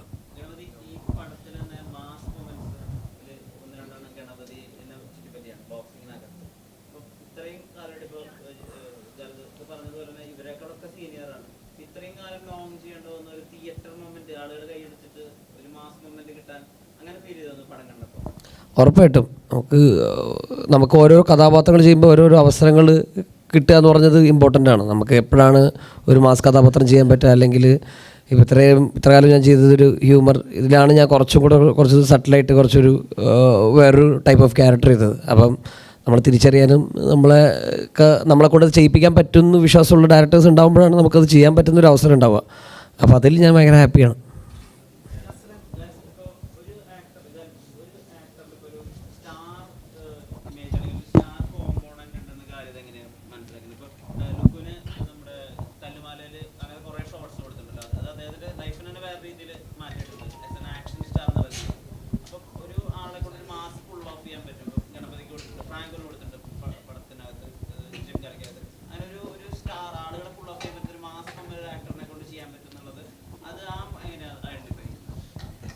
മാസ് അത് എനിക്കറിയില്ല. ഇപ്പോൾ നമ്മൾ സിറ്റുവേഷൻ വർക്ക് ചെയ്യുന്ന സമയത്ത് നമുക്ക് തിയേറ്ററിലിരിക്കുന്ന ഓഡിയൻസിനെ അത് കുറച്ചും കൂടെ ഹുക്ക് ചെയ്യണം എന്ന് പറയുന്ന സിറ്റുവേഷൻ ആണെങ്കിൽ നമ്മൾ ആദ്യം സീനുകളാണല്ലോ ഡെവലപ്പ് ചെയ്യുക. ക്യാരക്ടറിനെയും സീനിനെയും ഡെവലപ്പ് ചെയ്ത് കഴിഞ്ഞതിന് ശേഷമായിരിക്കുമല്ലോ അതിനെ ആ ഒരു ലിഫ്റ്റിലേക്ക് വരിക. അപ്പോൾ ആ എഴുത്തിൽ തന്നെ അല്ലെങ്കിൽ പ്രീ പ്ലാനിങ്ങിൽ തന്നെ നമ്മൾ ഏകദേശം ഒരു 40 to 50% നമ്മളത് പ്രിപ്പയർഡ് ആയിരിക്കും. അതിൻ്റെ മേക്കേഴ്സ് എങ്ങനെയായിരിക്കണം അത് കൺസീവ് ചെയ്യേണ്ടത്, എക്സിക്യൂട്ട് ചെയ്യേണ്ടത് എന്നുള്ളത്. പിന്നെ നമ്മൾ അങ്ങോട്ടേക്ക് ചൂസ് ചെയ്യുന്ന ഒരു ആക്ടർ എന്ന് പറയുന്നത് അദ്ദേഹത്തിൻ്റെ ക്യാപ്പബിലിറ്റിയാണ്. അപ്പോൾ അത് നമ്മൾ ചൂസ് ചെയ്യുമ്പോൾ എന്ന് പറയുന്നത് ഉറപ്പായിട്ടും അവർ ഇതിന് മുമ്പ് ചെയ്തിട്ടുള്ള സിനിമകൾ, അവർ ചെയ്തിട്ടുള്ള ക്യാരക്ടേഴ്സ്, അവർ എക്സിക്യൂട്ട് ചെയ്തിട്ടുള്ള രീതികൾ, അതിൽ നിന്നൊക്കെ നമുക്ക് കാണുമ്പോൾ ഉറപ്പായിട്ടും നമ്മളും പ്രേക്ഷകരാണ്, സിനിമാ തിയേറ്ററിൽ കാണുന്ന ആളുകളാണ്. അതുകൊണ്ട് തന്നെ നമുക്കൊരു എക്സ്പെക്റ്റേഷൻ ഉണ്ടാവും ഓരോ ആക്ടേഴ്സിനോടും. ഇയാൾ ഇങ്ങനെ ചെയ്താൽ നന്നായിരിക്കും, ഇയാളെ കൊണ്ട് ഇങ്ങനെയൊക്കെ ചെയ്യാൻ പറ്റിയിരുന്നെങ്കിൽ അടിപൊളിയായിരിക്കും എന്നുള്ളത്. ആ ഒരു എക്സ്പെക്റ്റേഷനും കൂടെ ചേരുമ്പോഴാണ് ഈ പറയുന്ന കാസ്റ്റിംഗ് സംഭവിക്കുന്നത്.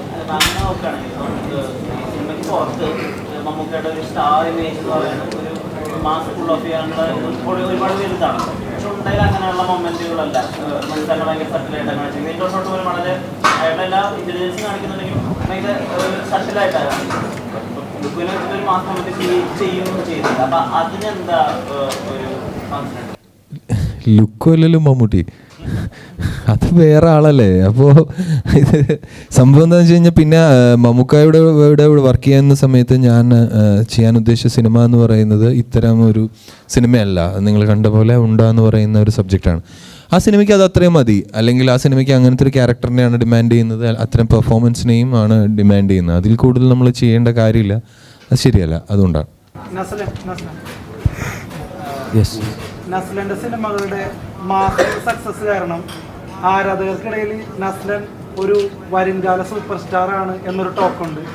അതുപോലെ തന്നെ കോമഡി ഇത്ര അനായാസം കൈകാര്യം ചെയ്യുന്ന ഒരു യുവനടൻ എന്നുള്ള നിലയിൽ നമ്മുടെ ദിലീപേട്ടൻ്റെ ഒക്കെ പകരക്കാരനാവാൻ സാധ്യതയുള്ള ഒരു നടനാണെന്ന് പറയുന്നുണ്ട്.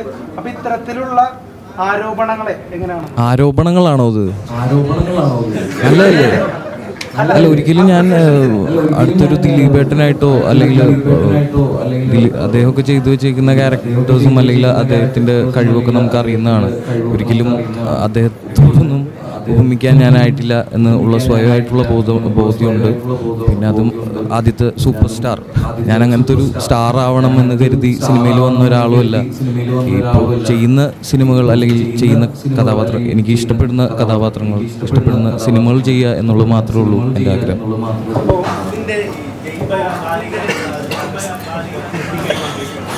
ഞാനും കണ്ടു ട്രോൾ വീഡിയോ ഒക്കെ അല്ലേ, നല്ല രസമുണ്ട്. അല്ലാതെ അവിടുത്തെ ഓഡിയൻസ്, തെലുഗു ഓഡിയൻസ് പറഞ്ഞതാ, ഞാനായിട്ട് പറഞ്ഞതല്ല. എനിക്ക് വെറുതെ അവിടെ പോയി സ്റ്റേജിൽ നിന്ന് ബാലയ്യാന്ന് വിളിക്കാൻ പറ്റത്തില്ലല്ലോ. അവിടുത്തെ സ്റ്റുഡൻസ് എല്ലാവരും ബാലയ്യയുടെ പേര് വിളിച്ച് പറഞ്ഞപ്പോൾ അത് പറയേണ്ട സിറ്റുവേഷൻ വന്നുകൊണ്ട് പറഞ്ഞതാണ്.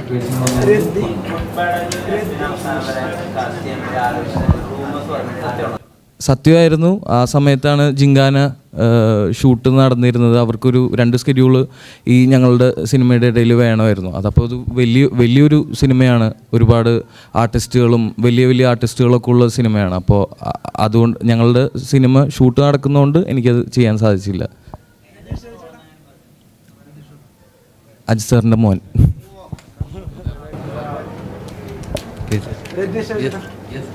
ഇപ്പൊ ആലപ്പുഴ ജിംഖാന എന്നുള്ള സിനിമയുടെ റൈറ്ററാണ്. ഇപ്പൊ ഇവിടെ തന്നെ, അതെ, അപ്പോൾ ഇവിടെ തന്നെ ഇരിക്കുന്ന എല്ലാവരും ഒരു ഭയങ്കര പിള്ളേർ വൈബാണ്. അപ്പോൾ ചേട്ടൻ ഈ പടത്തിന്റെ ഒരു റൈറ്റിംഗ് നിർവഹിക്കുമ്പോൾ ഭയങ്കര ചലഞ്ചിങ് ആയിട്ട് തോന്നിയോ? ആ പ്രോസസ്സ് എങ്ങനെയായിരുന്നു? അവരിലോട്ട് ഇറങ്ങിച്ചെല്ലുന്ന ആ ഒരു പ്രോസസ്സ്? അല്ല അങ്ങനെയല്ല, ആ ഒരു പ്രോസസ്സ് എങ്ങനെയായിരുന്നു? അവരിലേക്ക് ഇറങ്ങിച്ചെല്ലണ്ടേ, ക്യാരക്ടേഴ്സിനെ ഇറങ്ങിച്ചെല്ലണ്ടേ, അവരുടെ സംഭാഷണങ്ങളിലേക്കൊക്കെ? എനിക്ക് ഭയങ്കര എളുപ്പമായിരുന്നു. റഹ്മാൻ്റെ ഒരു സപ്പോർട്ട് ഭയങ്കരമായിട്ട് ഉണ്ടായിരുന്നു. പിന്നെ അങ്ങനെ ഒരു ഗ്രൂമിങ്ങിൽ ഇവരെല്ലാവരും സെറ്റായിരുന്നു. പിന്നെ അവരാണ് ഏറ്റവും കൂടുതൽ എന്നെ കളിയാക്കിക്കൊണ്ടിരുന്നത്. പിള്ളേർ ആണ് ഞാൻ, അവരൊന്നും വേണമെങ്കിൽ ഞാനെന്തായാലും ചൂടായി ആ തന്തവിവാന്ന് പറയും. ആ കൈൻഡ് ഓഫ് പറഞ്ഞത് ഞാൻ എന്ത് പറഞ്ഞാലും അതിനെല്ലാത്തിനും ഒരു കൗണ്ടേഴ്സൊക്കെ അവർക്കെല്ലാവർക്കും ഉണ്ടായിരുന്നു. പക്ഷേ എനിക്ക് കൂടുതലായിട്ട് അവരിലേക്ക് എടുക്കണമെങ്കിൽ അപ്പം റഹ്മാനെ ബോധ്യപ്പെടുത്തിയാൽ മതിയായിരുന്നു. പലപ്പോഴും ഞാൻ ഓരോ ആർട്ടിസ്റ്റിൻ്റെങ്കിലും കൊണ്ടുപോയി സ്ക്രിപ്റ്റ് കൊടുക്കുന്ന പരിപാടി അങ്ങനെ ഒന്നും ഇല്ലായിരുന്നു. റഹ്മാൻ്റെങ്കിലും സ്ക്രിപ്റ്റ് കൊടുക്കുക, റഹ്മാനത് മനസ്സിലായിട്ടുണ്ട് എങ്കിൽ റഹ്മാനായിരിക്കും എല്ലാവരോടും അത് കൂടുതലായി കമ്മ്യൂണിക്കേറ്റ് ചെയ്യുക. പിന്നീട് അവിടെ ഉണ്ടാവുന്ന പ്രോസസ്സിലൊക്കെ ആയിരിക്കും സപ്പോർട്ട് ചെയ്യേണ്ടി വരിക. അല്ലാതെ ഞാൻ പോയി ഇവരുമായിട്ടിരുന്നിട്ട് സ്ലാങ് കണ്ടുപിടിക്കുക അങ്ങനെയുള്ള ഒരു പരിപാടിയൊന്നും ഇല്ലായിരുന്നു. അല്പം കൂടെ എളുപ്പമായിരുന്നു പരിപാടി. ഭയങ്കര ഡയലോഗ് എഴുത്തിനൊരു ഭാരം അങ്ങനെയൊന്നും തോന്നിയിരുന്നില്ല. പക്ഷേ സീനുകളെല്ലാം റഹ്മാൻ തലേദിവസം രാത്രി 1 മണിയൊക്കെ ആകുമ്പോഴായിരിക്കും നാളെ ഷൂട്ട് ചെയ്യാൻ പോണ സീൻ എഴുതിക്കൊണ്ട് വരാൻ പറഞ്ഞ് തരിക. അപ്പോൾ അത് പക്ഷേ അതും ഒരു രസമായിരുന്നു. ഒരു 95 ദിവസവും അത്ര ഒരു ചർച്ച ഡിസ്കഷനൊക്കെ ഫുൾ ടീമായിട്ടൊക്കെ ഈ സിനിമ ഷൂട്ട് ചെയ്ത് അത്രയും ദിവസവും ഷൂട്ട് കഴിഞ്ഞെത്തുന്നത് ഒരു 3 മണിക്കാണെങ്കിൽ 4 മണിയാകുമ്പോൾ എല്ലാവരും വന്നിരുന്നു 1 മണിക്കൂർ ആ സിനിമ നാളെ ഷൂട്ട് ചെയ്യാൻ പോകുന്ന സീനിനെ കുറിച്ചൊരു ഡിസ്കഷനും പരിപാടിയൊക്കെ ഉണ്ടായിരുന്നു. കാരണം എനിക്ക് ഭയങ്കര എളുപ്പമായിട്ടാണ് തോന്നിയത് സിനിമ. ഇവിടെ ഇപ്പോൾ ബാക്കിയിരിക്കുന്ന യങ്സ്റ്റേഴ്സില്ലേ, ആക്ടേഴ്സ്, അവരോടൊന്ന് ചോദിക്കട്ടെ. ഇപ്പോൾ ഈ ഖാലിദ് റഹ്മാൻ എന്ന് പറയുന്ന ഒരു സംവിധായകൻ ഇതിൻ്റെ നിർമ്മാതാവും കൂടിയാണ്. അപ്പോൾ അദ്ദേഹത്തിൻ്റെ ആ ഒരു ഡീലിങ് എങ്ങനെ ഉണ്ടായിരുന്നു? പേടിയോടെയാണോ നിങ്ങൾ നോക്കിക്കണ്ടത്? ഇപ്പൊ നസ്ലൻ തന്നെ ഒരു അധ്യാപകന്റെ മുമ്പിൽ ഇരിക്കുന്ന പോലത്തെ ഒരു ഭവ്യതയൊക്കെ ഇടയ്ക്ക് കാണിച്ചിരിക്കുന്ന പോലെ ഇരുന്നായിരുന്നു വന്ന സമയത്ത്. ഇപ്പൊ ഇല്ല. അപ്പൊ എങ്ങനെ ഉണ്ടായിരുന്നു ആ ഡീലിംഗ്? എങ്ങനെ ഉണ്ടായിരുന്നു? ഗൗരവക്കാരനാണോ ഖാലിദ് റഹ്മാൻ? ഇല്ല, ഞാൻ അധികം എക്സ്പീരിയൻസ് വന്നിട്ടില്ല. ഞാൻ ഫാലിമി എന്ന് പറയുന്നൊരു സിനിമയാണ് ഇതിന് മുന്നേ ചെയ്തിട്ടുള്ളത്. അപ്പം അത് കഴിഞ്ഞ് ഇമ്മീഡിയറ്റ്ലി വന്നൊരു സിനിമയാണ് റഹ്മാനിക്കയുടെ സിനിമ. അപ്പോൾ ആ സമയത്ത് എൻ്റെ മനസ്സിൽ ഒരുപാട് ഇൻഹിബിഷൻസ് ഉണ്ടായിരുന്നു, ഈ പറയുന്ന റഹ്മാനിക്ക എങ്ങനെയായിരിക്കും എന്നുള്ളതൊക്കെ. പക്ഷേ ഷൂട്ടിൻ്റെ ആദ്യത്തെ ഒരാഴ്ച തന്നെ അത്രയും പോകേണ്ടി വരുന്നില്ല. നമ്മൾ ആദ്യമേ ബോക്സിങ്ങിൻ്റെ ട്രെയിനിങ് തന്നെ റഹ്മാനിക്ക നമ്മുടെ കൂടെ ഉണ്ടായിരുന്നു. അപ്പം ആ ഒരു പ്രോസസ്സിൽ നമ്മളെല്ലാവരും ഒരു ബ്രദർ അല്ലെങ്കിൽ ഒരു ഫ്രണ്ട് എന്നുള്ള രീതിയിലാണ് നമ്മളെല്ലാവരും ഇടപഴകിക്കൊണ്ടിരുന്നത്. അപ്പം ഡയറക്ടർ സീറ്റിൽ നിന്ന് ഇറങ്ങിക്കഴിഞ്ഞാൽ റഹ്മാനിക്ക എന്തായാലും ഒരു ബ്രദറിനെ പോലെയാണ്. അതുകൊണ്ട് അത്രയും പാടുണ്ടായിരുന്നില്ല. ആ പുറകിലിരിക്കുന്ന 3 പേരില്ലേ നായികന്മാര്, അവർക്കൊന്ന് മൈക്ക് കൊടുക്കണം. ഓക്കെ, നിങ്ങൾക്ക് എങ്ങനെ ഉണ്ടായിരുന്നു ആലപ്പുഴ ജിംഖാന നൽകിയ എക്സ്പീരിയൻസ്? ആലപ്പുഴ ജിംഖാന എന്നുള്ള സിനിമയിലൂടെ നിങ്ങൾ ഞങ്ങളുടെ മുമ്പിലേക്ക് എത്തുമ്പോൾ എങ്ങനെയുണ്ടായിരുന്നു ആ ഒരു എക്സ്പീരിയൻസ്? എങ്ങനെ ഈ സിനിമയിലേക്ക് എത്തിയെന്നൊന്ന് പറയാമോ? ഈ സിനിമയിലേക്ക് എത്തിയത് ഓഡിഷൻ വഴി തന്നെയാണ്. ഒരു 3 റൗണ്ട് എനിക്കുണ്ടായിരുന്നു, നന്ദയ്ക്ക് ഒരു 2 റൗണ്ട് ഉണ്ടായിരുന്നു, അനഘയുടെ എനിക്കറിയില്ല. പക്ഷേ ഓഡിഷൻ ചെയ്തിട്ട് തന്നെയാണ് ഞങ്ങളെല്ലാവരും ഇവിടെ വരെ എത്തിയത്. സോ നല്ലൊരു എക്സ്പീരിയൻസും കൂടിയായിരുന്നു. ഇപ്പോൾ ഈ പറഞ്ഞ പോലെ നമ്മളോട് സീൻ അന്നാണ് പറയുന്നത് ഇങ്ങനെ ആയിരിക്കും. പിന്നെ എനിക്ക് ചെറിയൊരു മലയാളം പറയുന്നതിൻ്റെ ഒരു പ്രശ്നമുണ്ട്, അപ്പോൾ അതൊരു വലിയൊരു ചാലഞ്ചായിരുന്നു ഷൂട്ട് ചെയ്യുന്ന സമയത്ത്. പക്ഷേ it all went smoothly, so we are here. Same question. ഞാനും സെയിം ആൻസർ. ഞാനും ഓഡീഷൻ വഴിയാണ് വന്നത്. ആൻഡ് എന്താ പറയുക, എൻ്റെ ഫസ്റ്റ് മൂവിയാണ്. അപ്പം എക്സ്പീരിയൻസ് അടിപൊളിയാണ്. ഇത്രയും നല്ലൊരു കാസ്റ്റ് ആൻഡ് ക്രൂവിൻ്റെ കൂടെ വർക്ക് ചെയ്യാൻ, ഫസ്റ്റ് മൂവിയിൽ വർക്ക് ചെയ്യാൻ എന്നൊക്കെ പറയുന്നത് വലിയൊരു ലക്കാണ്. അപ്പോൾ അതുകൊണ്ട് ഐ എം ലക്കി ആൻഡ് കുറേ പഠിക്കാൻ പറ്റി. അങ്ങനെ യെസ്, എനിക്ക് ആദ്യം ഇവരുടെ അസോസിയേറ്റാണ് കോൾ ചെയ്യണേ. ആരാ സജസ്റ്റ് ചെയ്തതെന്ന് അറിയില്ല, പേര് പറഞ്ഞ കാതിൽ കണ്ടിട്ടാണെന്നാണ് വിചാരിക്കുന്നത്. എനിവേസ് ഏതെങ്കിലും ഒരു ക്യാരക്ടർ ആയിരിക്കും എന്നാണ് പറഞ്ഞിരുന്നത്. അപ്പോൾ ഇങ്ങനെ ബോക്സറിന് അടുത്ത് പറഞ്ഞിട്ടുണ്ടായിരുന്നു. I was aiming that. ഞാനത് തന്നെ അത് കിട്ടണം എന്ന് പ്രാർത്ഥിച്ചുകൊണ്ടിരിക്കുകയായിരുന്നു. പിന്നെ ഒരു മീറ്റിംഗ് ഉണ്ടായിരുന്നു, മീറ്റ് ചെയ്ത് ഒരു സ്ക്രീൻ ടെസ്റ്റും കൂടി കഴിഞ്ഞാണ് കൺഫേം ചെയ്യുന്നത്. അങ്ങനെ yes, became A part of it. പിന്നെ ട്രെയിനിങ് ഒക്കെ തുടങ്ങി ഇവിടെ ഉണ്ടായിരുന്നു അവരിപ്പം.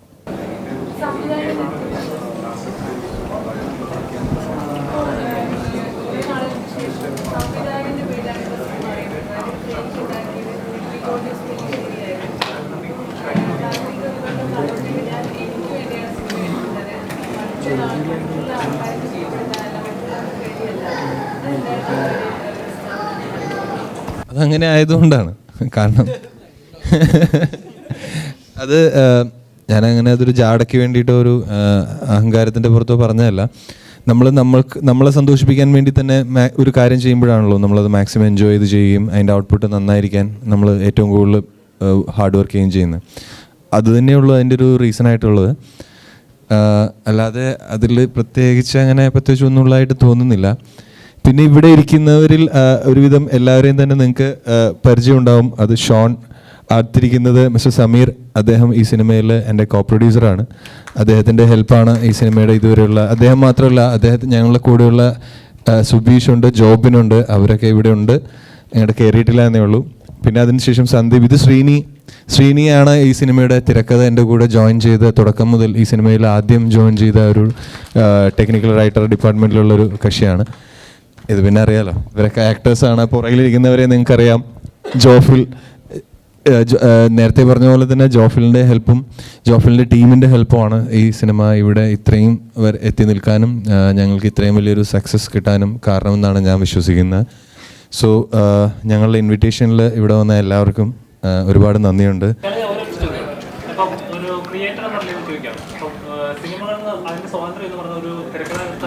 സംവിധായകനുമാണ് തീരുമാനിക്കുന്നത്. എൻ്റെ സിനിമ എങ്ങനെ വേണം, എൻ്റെ ഔട്ട് എങ്ങനെ വേണം എന്ന് തീരുമാനിക്കുന്നത് എൻ്റെ റൈറ്ററും ഡയറക്ടറുമാണ്. പക്ഷെ അത് കത്രിയെ വീഴുമ്പോൾ ശരിക്കും പറഞ്ഞാൽ അതിൻ്റെ സ്വാതന്ത്ര്യം നശിക്കുകയാണ്. അപ്പോൾ ഒരു ഡയറക്ടർ എന്നൊരു ക്രിയേറ്റീവ് പേഴ്സൺ നിന്ന് ലഭിച്ചിരിക്കുക. ഈ സെൻസർഷിപ്പ് അല്ലെങ്കിൽ അതിൽ കത്രിയ വെക്കുന്ന പരിപാടി മോശമാണ്. സെൻസർഷിപ്പ് എന്ന് പറയുന്നത് നമ്മളുടെ ഗവൺമെൻസ് ഏർപ്പെടുത്തിയിട്ടുള്ള ഒരു പരിപാടിയാണല്ലോ. അപ്പോൾ അവരൊരു കാര്യം ചെയ്യുമ്പോൾ എന്ന് പറയുമ്പോൾ നമുക്ക് എന്തെങ്കിലും അതിനൊരു നല്ല കാര്യം ഉണ്ടാവും, ചീത്തവശങ്ങളും ഉണ്ടാവും. അതുപോലെ തന്നെ സെൻസർഷിപ്പ് എന്ന് പറയുന്ന ആ ഒരു പ്രക്രിയയ്ക്ക് ഞാനൊരു ക്രിയേറ്റീവ് ആർട്ടിസ്റ്റാണ്. ഞാൻ ക്രിയേറ്റീവായിട്ട് സിനിമകൾ ഉണ്ടാക്കുന്ന ആളാണ്. അപ്പോൾ പേഴ്സണലി അതിനോട് സെൻസർഷിപ്പിനോട് നിങ്ങൾക്ക് എന്താണ് താല്പര്യമെന്ന് ചോദിച്ചാൽ, ആസ് എ ക്രിയേറ്റീവ് ആർട്ടിസ്റ്റ് എനിക്ക് അതിനോട് ബുദ്ധിമുട്ടുണ്ട്, എതിർപ്പുണ്ട്. പക്ഷേ ഒരു ഇന്ത്യൻ നാഷണലിസ്റ്റ് അല്ലെങ്കിൽ ഒരു പൗരൻ എന്നുള്ള രീതിയിൽ ഞാനത് ചിന്തിപ്പിക്കുമ്പോൾ ഉറപ്പായിട്ടും സെൻസർഷിപ്പ് വേണം എന്ന് തന്നെയാണ് ഞാൻ പറയുക. കാരണം നല്ല രീതിയിൽ, അത് മോശമാവാനോ ഒരാളുടെ ജോലി ഉപദ്രവിക്കാനോ ഉള്ള രീതിയിലല്ല. കാരണം സിനിമ എന്ന് പറയുന്ന ബിഗ് മീഡിയ ആണ്, ഒരുപാട് പേരെ ഇൻഫ്ലുവൻസ് ചെയ്യാൻ സാധിക്കുന്ന ഒരു മീഡിയ ആണ്. അപ്പോൾ അതുകൊണ്ട് തന്നെ അതിനെ നെഗറ്റീവായിട്ടും എങ്ങനെ വേണമെങ്കിലും നമുക്ക് ഉപയോഗിക്കാം. നമ്മൾ ഒരുപാട് പ്രൊപ്പഗണ്ട സിനിമകൾ കാണുന്നുള്ള ആളുകളാണ്. സോ അതുകൊണ്ട് തന്നെ സെൻസർഷിപ്പിന് അതിൻ്റെതായ നല്ല വശങ്ങളും ദൂഷ്യവശങ്ങളും ഉണ്ട്. ചെയ്യുമ്പോൾ ഒരു ആവിഷ്കാര സ്വാതന്ത്ര്യം എന്ന് പറഞ്ഞൊരു സാധനം അവിടെ ബ്രേക്ക് ചെയ്യപ്പെടുകയാണ് ചെയ്യുന്നത്. അതാണ് ഞാൻ നേരത്തെ പറഞ്ഞത്, ആവിഷ്കാര സ്വാതന്ത്ര്യമുള്ള ആർട്ടിസ്റ്റ് എന്നുള്ള നിലയിൽ എനിക്ക് അതിനോട് സെൻസർഷിപ്പിനോട് ഭയങ്കര എതിർപ്പാണ്. ഞാൻ ചെയ്യുന്ന സിനിമയോട് കത്തി വെക്കുക എന്ന് പറയുന്നത്. പക്ഷേ ഞാൻ ആ സിനിമ പുറത്തിറങ്ങിയതിന് ശേഷം ആ പ്രൊഡക്റ്റ് കൊണ്ട് ഒരുപാട് പേർക്ക് ബുദ്ധിമുട്ടുണ്ടാകുന്നു, അല്ലെങ്കിൽ എന്താ പറയുക, ഒരു ഗവൺമെൻറ്റിൻ്റെ നിയമപരിധിക്കുള്ളിൽ വരുന്ന ഒരുപാട് കാര്യങ്ങൾ എതിർ ദിശയിൽ സംഭവിക്കുന്നു എന്നുണ്ടെങ്കിൽ ഉറപ്പായിട്ടും അത് കൺട്രോൾ ചെയ്യുക എന്ന് പറയുന്നത് ഗവൺമെൻറ്റിൻ്റെ ഉത്തരവാദിത്തമാണല്ലോ. സോ